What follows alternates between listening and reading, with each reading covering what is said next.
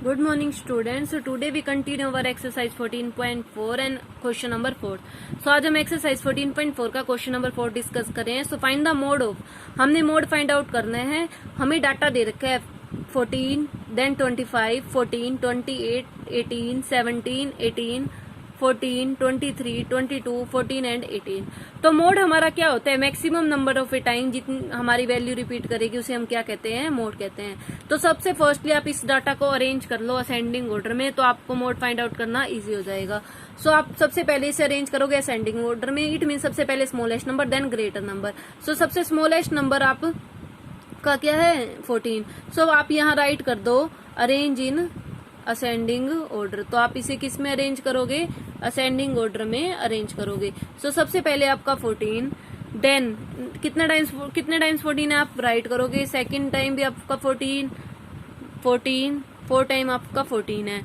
उसे next step आपका क्या है? 17, देन आपका 18 एंड 18. 3 टाइम्स आपका क्या है? 18 है.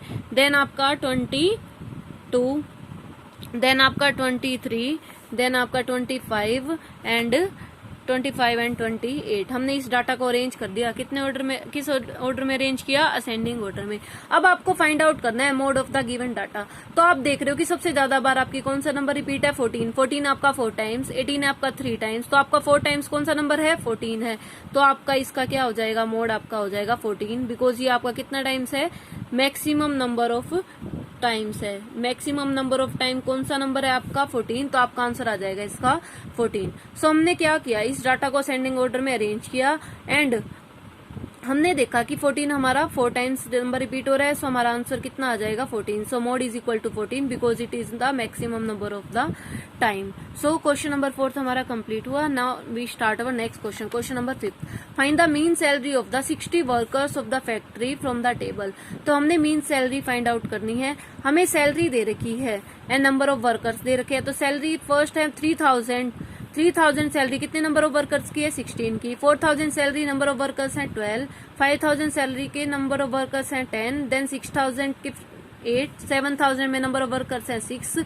इसी तरह 10,000 तक हमें नंबर ऑफ वर्कर्स दे रखे हैं एंड टोटल हमारे कितने वर्कर्स हैं? 60. सो हमारे टोटल नंबर ऑफ वर्कर हैं 60.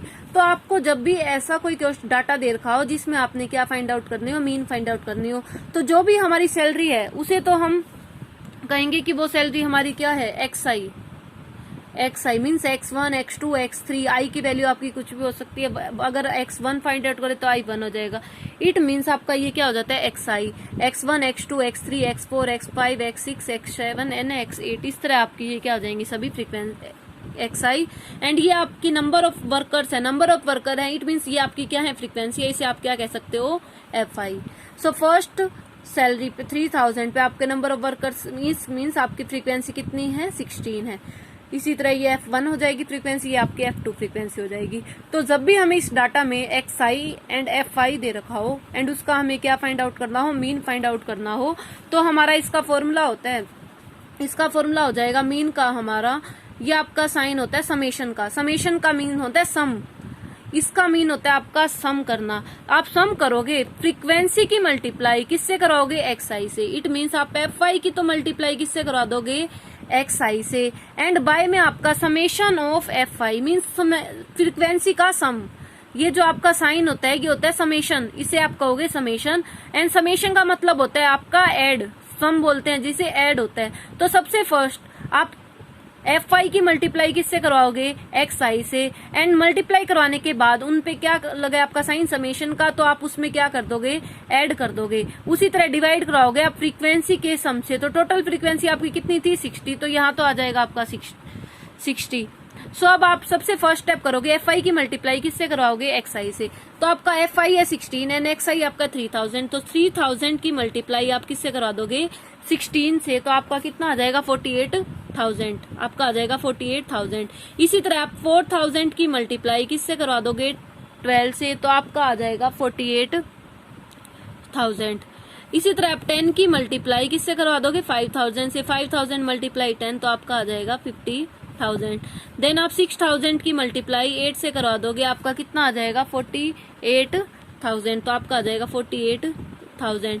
देन आप 7,000 की मल्टीप्लाई करवा दोगे 6 से, 7 6 42, तो आपका आ जाएगा 42,000। देन आप 8,000 की मल्टीप्लाई 4 से करवा दोगे तो आपका कितना आ जाएगा 32,000।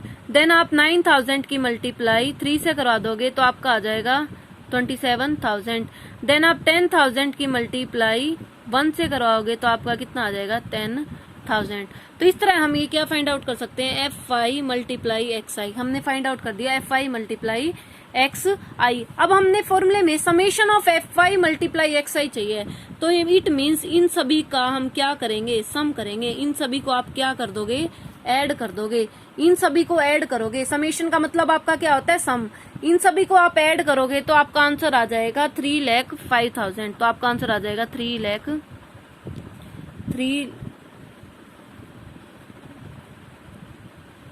लाख एंड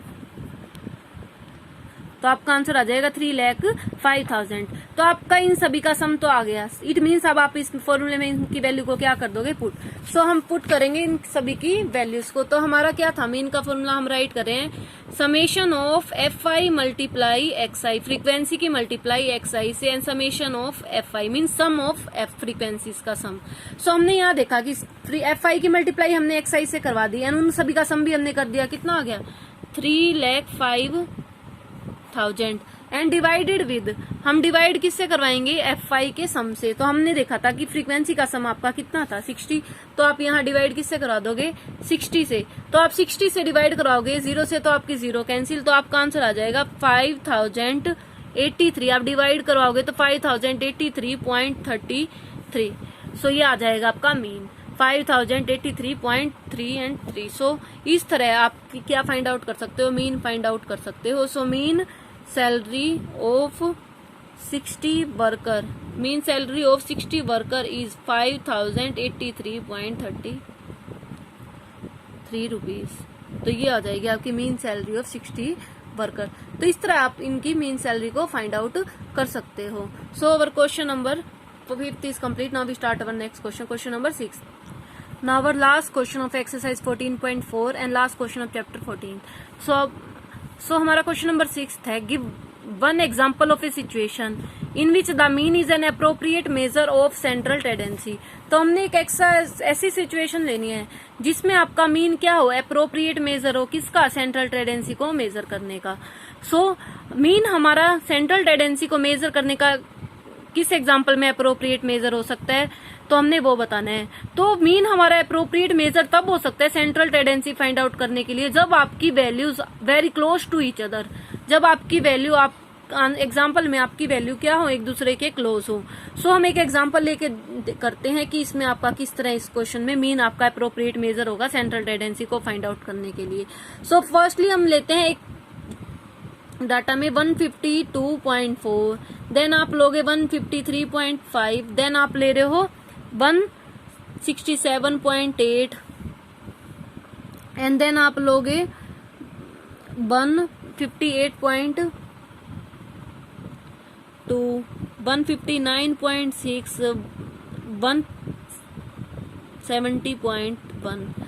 ये आप वैल्यू देख रहे हो कि 150 से लेके आपकी 170 तक वैल्यू क्या है, कंटिन्यू है। तो these value are very close to each other. तो इसमें आपका मीन फाइंड आउट करने के लिए ये क्या हो जाता है, आपका अप्रोप्रिएट मेथड होता है। तो आप यहाँ राइट कर दोगे कि given data is very close to each other, is close to each other. आप इसमें क्या राइट कर दोगे, given data is close to each other, therefore the mean will be calculated as the appropriate measure of the central tendency. Therefore mean is calculate as appropriate measure of central tendency। So हमारा data एक दूसरे के साथ ज्यादा close close में है, हमारा data close to each other है, तो हमारा जो मीन होता है वो सेंट्रल टेंडेंसी को फाइंड आउट करने में क्या होता है, अप्रोप्रिएट मेजर होता है। सेंट्रल टेंडेंसी मीन्स इनकी मिड वैल्यू को फाइंड आउट करने में। तो आप बता सकते हो कि इनकी मिड में कि उससे लेफ्ट साइड में राइट साइड में आपकी क्या हो, वैल्यू इज इक्वल में, इट मीन्स मिड वैल्यू उनका क्या होता है, सेंट्रल टेंडेंसी होती है। सो नेक्स्ट आपका इसी का बी पार्ट है आपका, the mean is not an appropriate measure of the central tendency but the median is an appropriate measure of the central tendency. अब इसमें क्या रखा है, मीन अप्रोप्रिएट मेजर नहीं होगा बट मीडियन होगा अप्रोप्रिएट मेजर। तो आपने एक ऐसा एग्जांपल लेना जिसमें आपका मीन अप्रोप्रिएट मेजर ना हो, उसमें क्या अप्रोप्रिएट मेजर हो सेंट्रल टेंडेंसी को फाइंड आउट करने के लिए, मीडियन हो। तो आप एक ऐसा एग्जांपल लोगे, तो आप एग्जांपल ले रहे हो 42, देन आप ले रहे हो 58, देन आप लोगे 46, देन आपने लिया 97, देन लिया आपने 60, देन आपने लिया 80, 10, इसी तरह आप क्या ले सकते हो 18। सो ये आपने वैल्यू देखिए, आपकी वैल्यू क्या है, एक दूसरे के क्लोज इतनी नहीं है, उसमें आपकी वैल्यू एक दूसरे के क्लोज थी, तो आपने उसमें क्या था, आपका उसमें मीन अप्रोप्रिएट मेजर था, बट इसमें आपकी वैल्यू है वो एक दूसरे से दूर है। सो इसमें आप क्या लिख दोगे, given data is far away to each other, given data is far away to each other, therefore the median will be calculated as the appropriate measure of the central tendency। तो आप इसमें राइट करोगे therefore median is calculated as the appropriate measure of central tendency। तो इस तरह हम इनको क्या कर सकते हैं, एग्जांपल्स देके इनको बता सकते हैं कि मीन किस डाटा के लिए अप्रोप्रिएट मेजर है सेंट्रल टेंडेंसी को फाइंड आउट करने के लिए, एंड मीडियन किस डाटा के लिए मेजर है, अप्रोप्रिएट मेजर है सेंट्रल टेंडेंसी को फाइंड आउट करने के लिए। So our question number 6 is complete and exercise 14.4 and chapter number 14 is complete. Do in your notebook. Thank you.